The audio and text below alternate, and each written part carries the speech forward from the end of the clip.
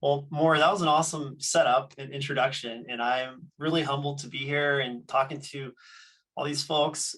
So I put together a little deck. I'm going to share my screen for a moment, so you won't be seeing my mug as much. But um, can I get a thumbs up if you guys are seeing my screen? I one time did an entire state of the company at my company, and I got done, and no one wanted to interrupt and tell me I wasn't sharing my screen. And I was a little bit embarrassed by that, so I'm a little bit nervous about doing that again. Anyway, in light of the fact that we're talking about generative AI, large language models, and my experience has primarily been in ChatGPT. So this whole deck is text only, no images, because that's how you basically interact with ChatGPT. So a little bit of thematic correlation there. And essentially the way that I look at Glide and the way that I look at how we operate our business is this concept of the 3 E's, which is effective, efficient, and extraordinary. So when I'm looking at the company and I'm looking at processes and procedures and tasks and the way that we go about what we do, I want to know, is it solving the problem? Is it doing it in the least amount of effort? And is it producing results that exceed expectations? And that's just the way that I think when I run the company. It's a little bit of the mentality of an entrepreneur, which is there's always a better way to do things. And I think you're here because you're curious, and that's a great thing. And you're going to learn some stuff, hopefully. So AI is most definitely all three of these things, in my opinion, right? It definitely solves some really cool problems. It does it in very, very efficient ways. And sometimes it blows my mind beyond exceeding expectations. So, what are some of the top 5 uses? I think Maury in his email recap said, hey, there's some pretty obvious things all the way to the unobvious. The first is refinement. And so we're constantly looking at the things that we're sharing, especially myself, when I'm using ChatGPT and taking content and changing the voice, changing the length, changing the way that the architecture of it, if it's a paragraph, turning it into a bullet list, if it's a bullet list, turning it into a paragraph, just anything that your mind can conceive related to text. ChatGPT is efficient at doing that very quickly. Make it 20% shorter. I really want it to fit in this block right here. I mean, it's just the possibilities are limitless when it comes to the refinement of content. That's pretty obvious. That's probably the most fundamental way that you're going to use ChatGPT tomorrow if you started using it. Secondly, we in our sales team, so I lead sales at Glide, I also have a salesperson that helps with the company. And, essentially, we're taking this information from our clients. We're taking data such as RFPs, we're taking recorded transcripts, we're taking meeting minutes and notes, we're taking client needs analysis documents and information, and we're taking formatting from our proposals, and we're taking these things, mashing them together and coming out with something that's totally original. And we had a client recently about 2 weeks ago where I used AI for all of the content of the proposal, in the creation, the raw creation of the content. And, of course, I did in. And by the time it was done, sent to the client, it was a pretty big opportunity for us. We were selected in the top 2 finalists, and the client told us the reason you're here is because your proposal was incredible. And I was kind of smirking to myself because the amount of time that I saved on doing these kinds of activities that would take me an enormous amount of time of word crafting, it was just dramatically reduced and, again, extraordinary, right? It exceeded my expectations. So that was just one really great example of how you can use it in sales. Synthesis, I mentioned this before, really a lot of people kind of understand AI and generative AI. It has a really strong ability to summarize. You give it a large model of text and it can take that and turn that into, the top 3 points. I once, at the beginning of kind of my journey with AI, I took all my life goals and all my kind of like end of year evaluation. I dumped it all in and said, what should I make my goals for this year? Right. So that's synthesis, right? It's like taking all these things and creating something new. And so I think that's the really powerful part of AI, beyond just taking something and summarizing it or creating a list of points, is taking multiple pieces of data, merging them together and creating something new. Matt's probably going to talk about this with generative image creation, where it's like, I want Darth Vader, but I want Darth Vader as steampunk, or something like that. Or, so you can kind of merge information together. You can have Snoop Dogg tell a story as a haiku. It doesn't matter, right? The possibilities, again, are limitless. Ideation. So, we had an example. We were in our annual leadership meeting, and we were talking about creating personal growth improvement plans for our company. And we use EOS, Entrepreneurial Operating System. And through EOS, you create rocks that are usually based on each quarter. one of our team members was going to be responsible for creating these personal growth improvement plans. And we try to sequence our rocks where there's like a planning rock and then an execution rock, so there's not too much to do in one quarter. And so her rock for that quarter was come up with an action plan to create personal growth improvement plans. And I just said, hang on a second, guys, like in the meeting, just typed up ChatGPT, create an action plan for creating personal improvement plans for a mid-sized agency for 20 or so folks, and it outspits this improvement plan step by step. And then you can take each step and say, okay, we'll turn this step into an action plan. So you can, the beautiful thing about it is it doesn't just create a list. You can then almost like fractal geometry, you can kind of ask it to get more and more precise. You can go as far in or out as you want at any moment, which is what I think makes this so awesome, and really brings me to the last kind of major use that I've been using this for, which is self-learning. I believe it was the CEO of Mind Valley. He said, this is going to change the world when it comes to education. Every single kid in the world can have a personal tutor that's there 24/7, 365, that can teach them basically anything they want to know in a conversation.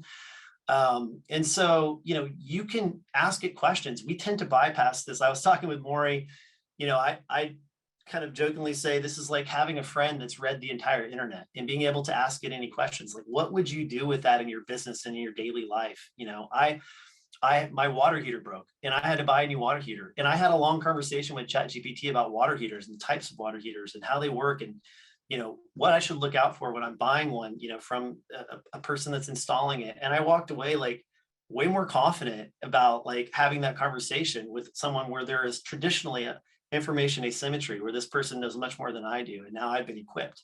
Well, you can take that and you can kind of permutate that to any area of your life. And so, in business and in marketing, we're using this in a lot of different ways. So I wanted to kind of switch gears from kind of the higher level uses really quickly into kind of some specific examples. So one of the first was I had a salesperson. There was some friction with the compensation plan. This is not uncommon, right? I didn't have a lot of experience. I've been doing all the sales myself. And so I had hired a sales consultant. He was very expensive. I didn't want to have to go back to that sales consultant.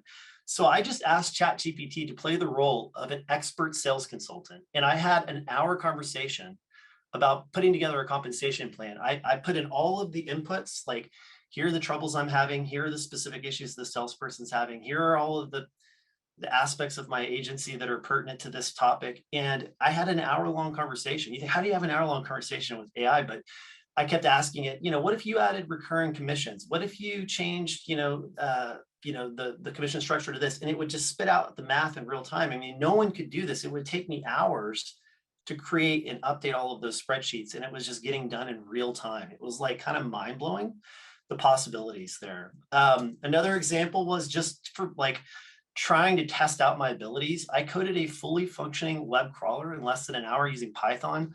I've never used Python in my entire life. I'm not a developer. I'm a designer by trade. If you're familiar with industry tools like Screaming Frog, which is an industry best standard crawling tool, I basically put those two side by side, and I had created this crawler in 1 hour, and it crawled and found all the same pages that this industry best tool did. Never used the program in my life. That just kind of, to me, was this moment where like, this is going to change a lot of things. And then we were having some challenges in our support department. We had hired a couple folks and we were trying to figure out how to restructure the support department. I'm busy with a lot of other things, but I want to offer my experience. And so I went to ChatGPT and I said, hey, look, I gave all the stats. We're a mid-sized marketing agency. Here are all the stuff about us. Help me create a structure for a high functioning support department. So within an hour, I had an accountability chart. I had roles and descriptions for jobs for about 7 distinct roles. I had a process and procedure document that listed, here's how we, analyze tickets and work with them. And then I handed that back to the team and I said, look, this isn't a prescription. This is just some information so you can make better decisions on how to grow. And I would say it was 80% of the way in less than an hour. That would have taken me weeks to create. It was just really powerful. That's just an example. And then, one example, I just wanted to test out an idea of creating a marketing campaign. So I said, hey, our persona is typically marketing managers that have received their job in the last 6 months. So I said, hey, I want to create a top 10 list of what a marketing leader should do. What are the first 10 things that a marketing leader should do in the first 1 year of their employment? and it wrote an article. And then I said, can I turn this article into a quiz? So it created a 20-point quiz that I could put on my website. Then I said, okay, create a landing page for this. So now I had, and it wasn't just an article. I had it was basically a white paper. I mean, it was probably about 10 or 15 pages, of content, and it had specific references and examples. And obviously I'm going to go back and evaluate that for, making sure that it's correct, things like that. But it was just mind blowing that something that would take me a month to create in my spare time, I was able to do in an hour. And then this is kind of a tangent, but one of my life purposes is to help people and encourage others. And so as a leader of my company, as a kind of a mandate to cultivate culture, I used ChatGPT. I again put in the inputs of like, here's who I am, here's what's valuable to my company.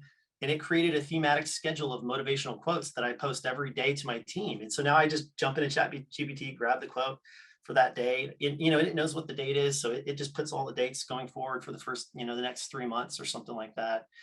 And now because I tend to start things and not finish them. And so having something like this allows me to, be able to just go grab it. It's ready to go. And and then I can send those in advance. And so that was just a really powerful use that I didn't really consider. And there's a ton more. I wish I had more time, but I want to respect, everybody's time. But I do have a couple of other examples from my team. So I pulled my team and I asked, hey guys, how are y'all using, AI and specific ChatGPT?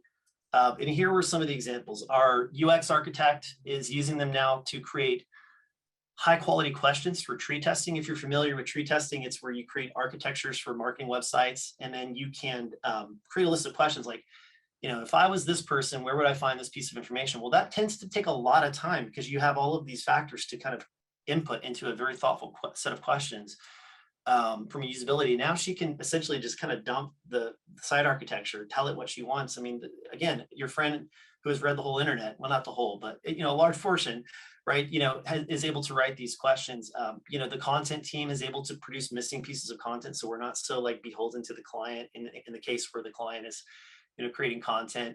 We've had one of our SEO people create a WordPress plugin and 2 functioning web tools where he actually coded the entire website. He's not a programmer, but he coded an entire web tool, published it to the web, and now it's free for anyone to use, right? So it makes us look like thought leaders, creating hyper-specific tools that exactly fit our workflows and empower us to be able to be more. And now you're talking about effective, right? It solves the problem because you created it to fix that problem specifically. 2, efficient. Now you're doing something that was like laborious and manual, and you're doing it in a fraction of the time, let's say 10%. So the ROI of that effort is just really large. Also, I asked our development team, they're using it now to, kind of get ideas for coding. You can in plain English say like, what does this code do and why isn't it working? And you can ask it questions related to code. There's now plain language code developers where you can just tell it to write an app in 1 sentence and it will write the whole thing. It's kind of mind blowing. And then I think that as a team as a whole, we're using a lot on first drafts of everything. It might be a delicate email to a client that we're deciding to, kind of part ways with, or it might be, some other kind of issue that we're working through. And we never really want to go with the first draft. I think all writers know you need to kind of like evaluate and revise your content, but ChatGPT can get you 80% of the way there, especially if you give it inputs that bring in your voice or the brand voice of the company, things like that. And then lastly, kind of rounding things out, because I want to leave time for Q&A at the end. I did want to share some helpful tips. There's so many. I was struggling a lot, because I wanted to share so much more, and I don't know the level of knowledge that everyone has. Some people may be power users of ChatGPT. Some people may have never heard of it, and they're just here because they're curious. So I want to respect that there are all levels. But my first recommendation is to be open-minded. I feel like that sometimes people can look at this like an idealistic perspective, or they could pass judgment before they've ever experienced it, almost like politics or religion. I think this is a tool like any other tool. I'm sure there was someone at some point that didn't like mobile phones, like for some, fundamental reason, right? But they have changed the world, right? The internet's changed the world. Generative AI and other types of AI are going to change the world too. And so just being open-minded to how it can be used for good. You can look at your life purpose and, and the values and the integrity of your company and use AI for positive purposes. And so a couple of the other quick recommendations are that I highly recommend, if you haven't used the paid version, to get it. It's $20. If you've been using the free version, it's limited, sometimes rate limited, and maybe sometimes unavailable. The uptime of ChatGPT Plus is basically 100%. You never really have to worry about not having access to it. So secondly, there are some concerns that people have about privacy in terms of like your data being used in the model.